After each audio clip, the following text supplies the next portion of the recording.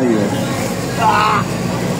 Ama naming makapangyarihan, Ikaw ang Diyos ng aming mga ninuno, niloob mong sina San Joaquin at Santa Ana ay maging magulang ng mahal na Birheng Ina ng nagkatawang taong anak mo.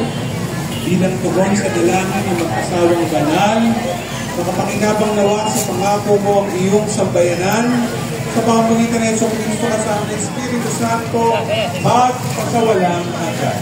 Amen.